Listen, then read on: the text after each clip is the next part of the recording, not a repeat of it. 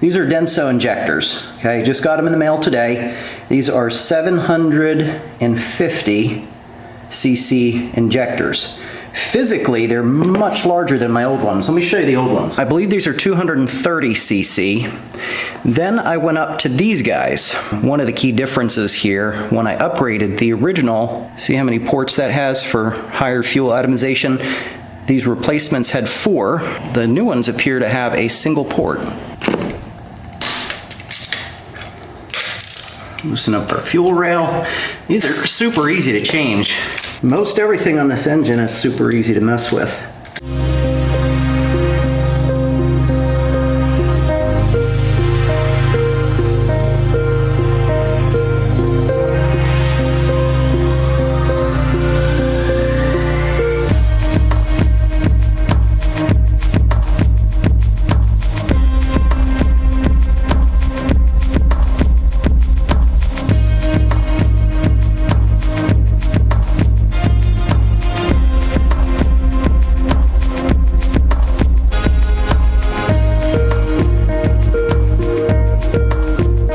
So all I'm going to do now that we've got the bigger injectors in, rather than changing our fuel table, we're going to scale the whole thing by using a different size here. If you go into your engine and sequential settings, you go under injector size, you can manipulate the size of the injector. So what you have to do is you have to go to required fuel. You gotta hit that. Everything in there is going to be set already for you. Okay, 270, your fuel ratio, and we hit OK. See, now this number is different. So it has increased the amount of time that injector is open. So when we go larger, 350, we go larger, we hit required fuel, hit OK. See, now that drops down to 7.7 milliseconds. So the time that the injector is active, the pulse width is reduced. Now we're going to burn that to the controller. I'll give it another shot here. So far, it's better. Let's see what our AFR populates to here. Still sounds pretty rich. Got a little barble in it.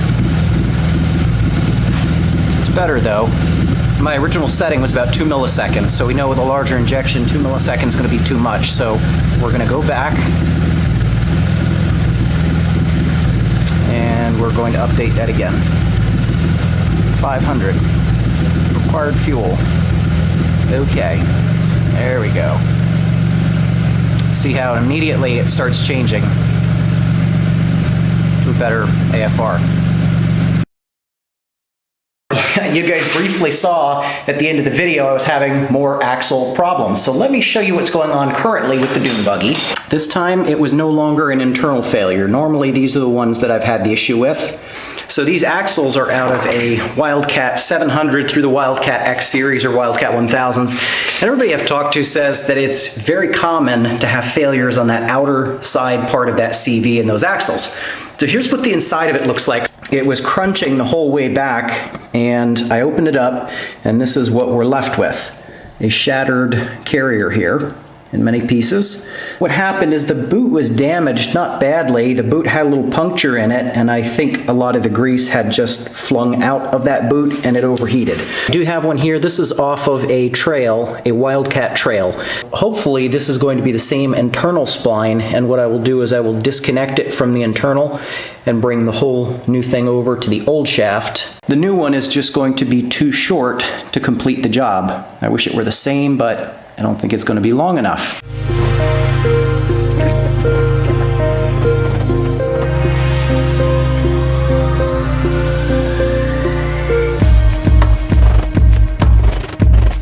So as you saw, I'm hammering away on this axle. That spline is not releasing. So what I am thinking about doing at this point, because I'm not able to get this side off, is just doing what I did with the other axle last time I fixed the other side axle, which is cut this again about where this welds together. So I think once I weld that onto the end there, that should give us the proper length. Then the advantage to that is if I ever break it again, all I'm doing is paying $50 for this axle to replace it, and then I'll just cut and weld this on as needed. Yeah, I should have this done by the end of the night. Yeah, I was able to finish this rear axle. This is a much much thicker axle than whatever the standard axles are that came off of this thing. I lined it up and did it several times to make sure it was nice and straight, and I got a good gob of weld on the back of this, so I don't think that's a weak point.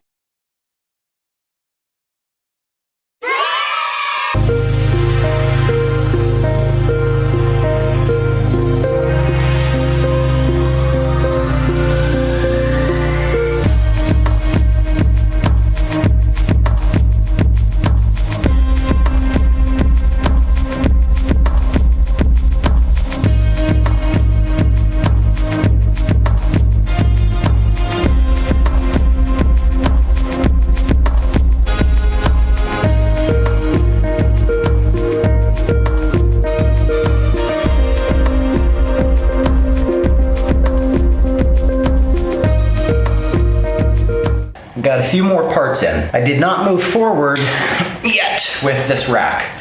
Let me show you the one that it came with. This guy right here.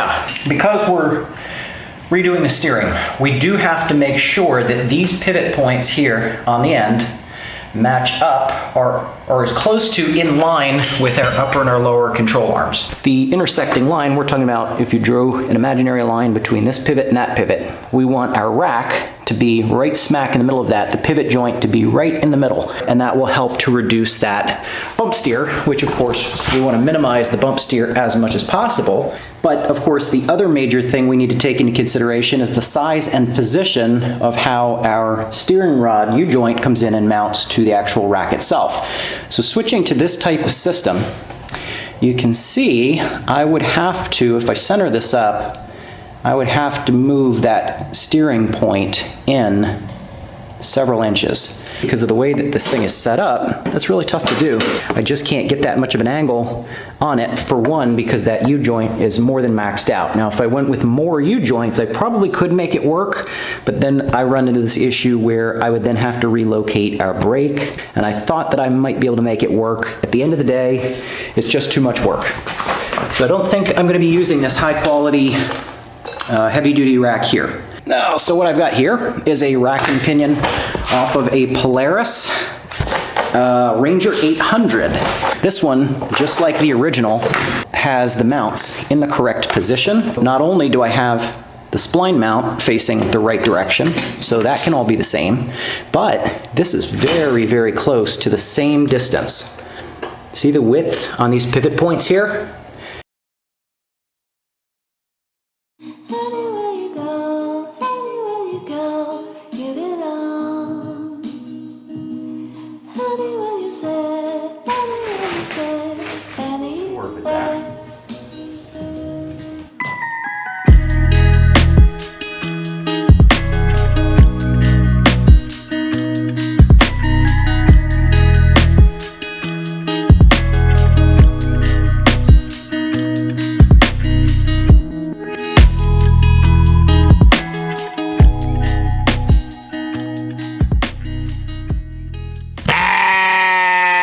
Hello and welcome back to the next day. Just went out for a nice bike ride on the Z900. So I got the mounts all made up for this thing, not fully welded in, but just started to get them welded in, and realized that this rack is backwards. Because I am having such a seriously hard time with those other racks, I'm almost considering doing a complete redesign, okay? And it's like, if I'm gonna do that, because I'm already into it, you know, 3 different racks now, and I got another 150 bucks in a steering quickener. Then I'm gonna have to redo all of my U-joints. These U-joints, guys, they're expensive. I mean, I spend between $30 to $60 per U-joint. Now I've got some additional parts in to rebuild the steering column.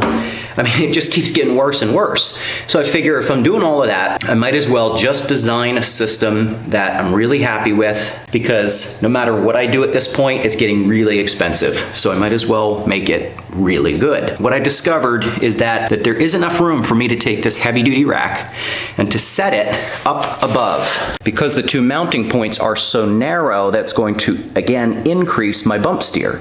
So the only way to correct all of that bump steer is to just continue to raise this rack higher and higher and higher. At a certain point, my tie rods are going to intersect with the A-arms, so that's an impossibility.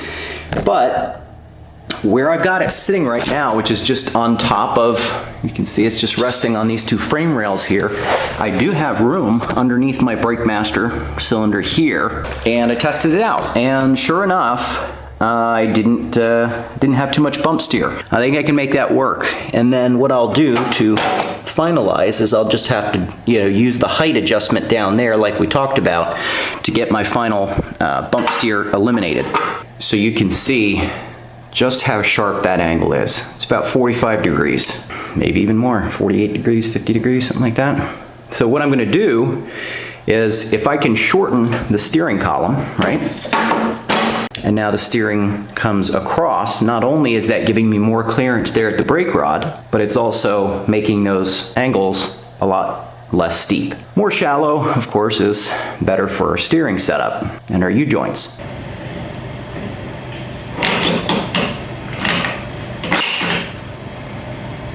So I'll cut this in a way where I can drop it down just a smidge. I think that's gonna work, and there's just no reason to replace everything when this system is really a pretty perfect system for what I need, rather than spending several hundred more dollars.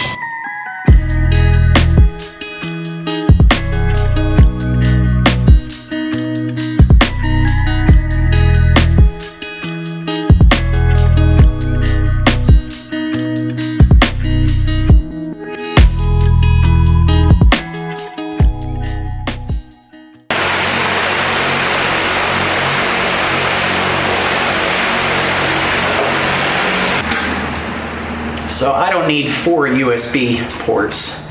Let's see, that hole is a bit too big, but I might be able to size it to fit.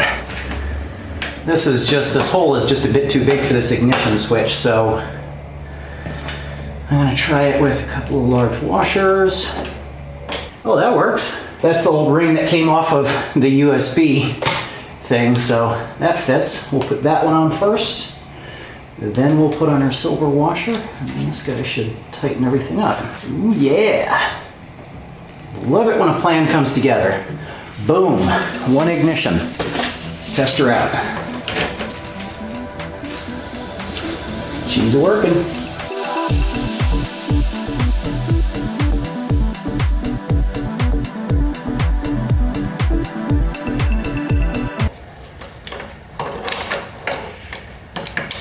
This is without the steering quickener.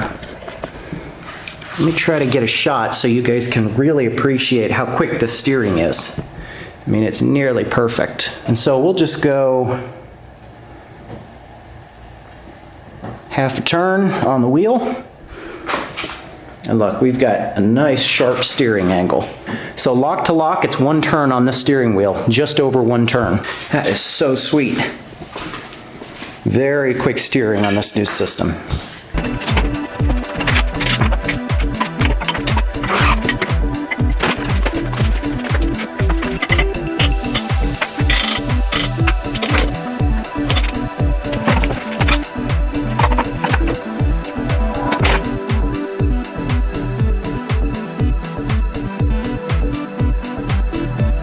I was digging around in my toolbox and I had a little bit of a mishap. I'll put a picture up here.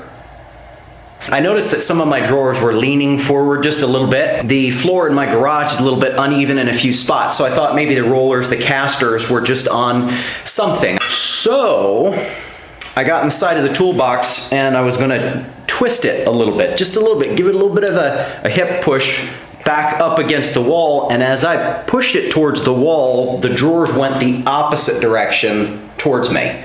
And you know, if those drawers aren't locked and they go out, and I've got probably 1,000 pounds of tools in there, as soon as those bottom drawers went, the whole thing went down, and that's what caused it. So I lost an entire day cleaning out my garage. Couldn't salvage the thing. This is what's left of it in any case. And then of course we got the new guy over here, or new gal, or whatever. So anyway, this one has now just become the parts bin. That's just going to be all of my miscellaneous parts, the dirt bike parts, the buggy parts, or a couple of pneumatics in here, a couple of grinding tools in there. This one is like woodworking and major electrical woodworking tools, couple pneumatics in this one. Mostly like woodworking stuff in that one.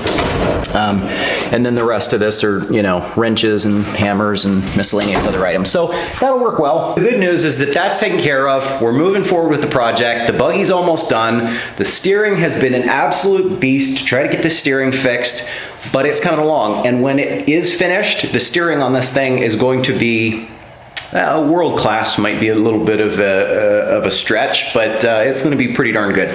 So let me show you what I got in recently. So the last parts that just came in here, we got this, I don't know what you call it, swagged, swaged, swaged, swicked. These are aluminum, they're lightweight black aluminum, and they are threaded. There's a left-hand thread and a right-hand thread, which I really wasn't thinking about when I ordered them, because I ordered 2 right-hand thread high misalignment pine joints here.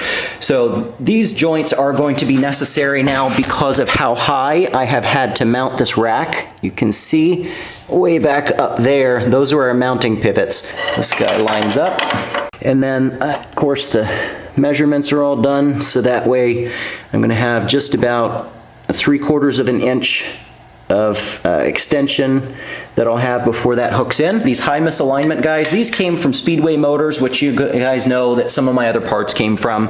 My Willwood clutch is from Speedway. This is a solid steel tie rod. This guy probably weighs 4 to 5 times more than both of these. You know, maybe a pound saving or something. The reason for using the aluminum is, besides the fact that it's light, this has now become a weak point in the steering kit. I need something that is going to break free. If I slam a tree at 60 miles an hour, I want tie rods that are going to fold on me, so that way I do not have complete destruction of my spindles, or destruction of my steering rack, or destruction of my thumbs back over here, or whatever it is.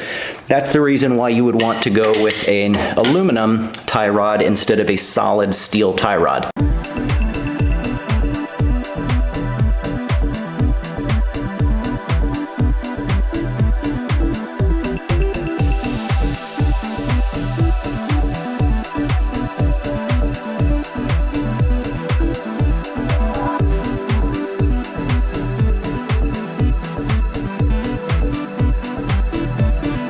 So full lock is half a turn. All right, red on the bottom, that's full lock out, center, full right lock out. So it's 1 turn, lock to lock. What do you guys think about that ratio? I'm excited about it. I think it's fast, but for short course type stuff, I think that's going to be perfect. Really for what I'm doing. And the best part is no bump steer.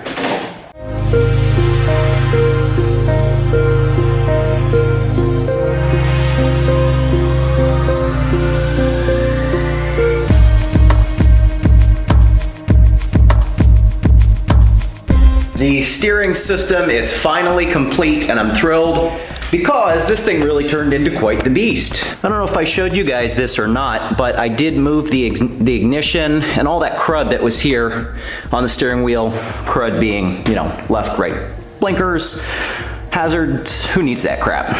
But the ignition came over here because I removed that. I think just gives it a much cleaner look. This is just gonna be basically like a racing vehicle. There's no blinkers, nothing like that. I'm really digging how clean this whole thing came out. Only thing left to do is slap our steering wheel back on here, and the steering system will be finished. All right, got our steering wheel back. We've got our mega super duper fast steering ratios. I think the steering ratio ends up being about a 4-to-1 steering ratio, because at half a turn, so that would be 180 degrees, we've got, I'm guesstimating this to be about a 45-degree turning angle on the wheels. And yeah, we eliminated that bump steer. We've got the strength of an HD heavy-duty rack. What else, man? Oh, I said I was going to show you how tight these tolerances were. Check this out. But I took my carbide bit, and I didn't cut through the tube, I just shaved a bit off the corner of this frame tube here. The tolerance is the thickness of the paint on the steering shaft. So it is just touching enough to rub the paint off. You guys didn't think I'd do a steering video without actually taking you guys out to see how the steering works, did you? Yeah, I know, never gonna happen.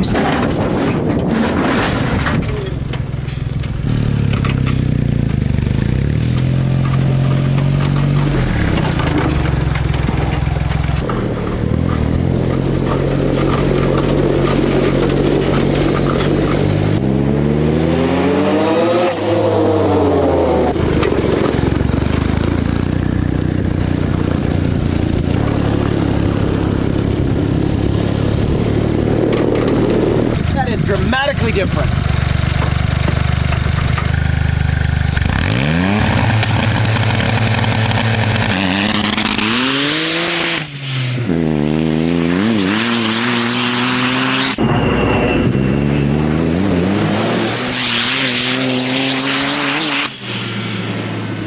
It honestly feels like I'm driving a different vehicle, no joke.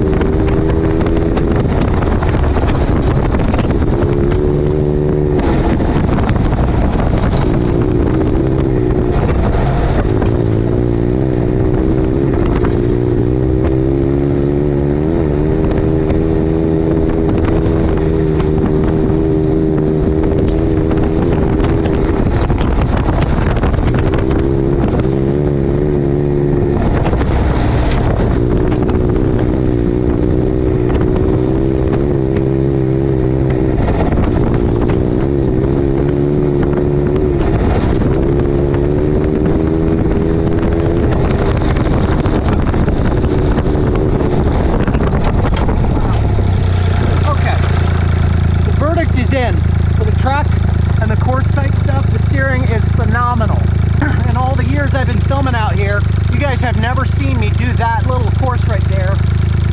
On those turns, I normally can't make those turns. I'll have to double over, I'll have to slow way down. I've never been able to just run that course like that without stopping or without changing my hand position. Not only is it because it's quicker, but the accuracy was such that it was very predictable in those turns. If I wanted to, I could absolutely rip that course. Now, I'm going really slow because of the high speed of the steering ratio. It's taken a lot of arm strength to keep this thing on the trail. It's taken about twice as much arm strength as it normally does. But, yeah man, for track stuff and for course type stuff, this is unreal. Really big improvement.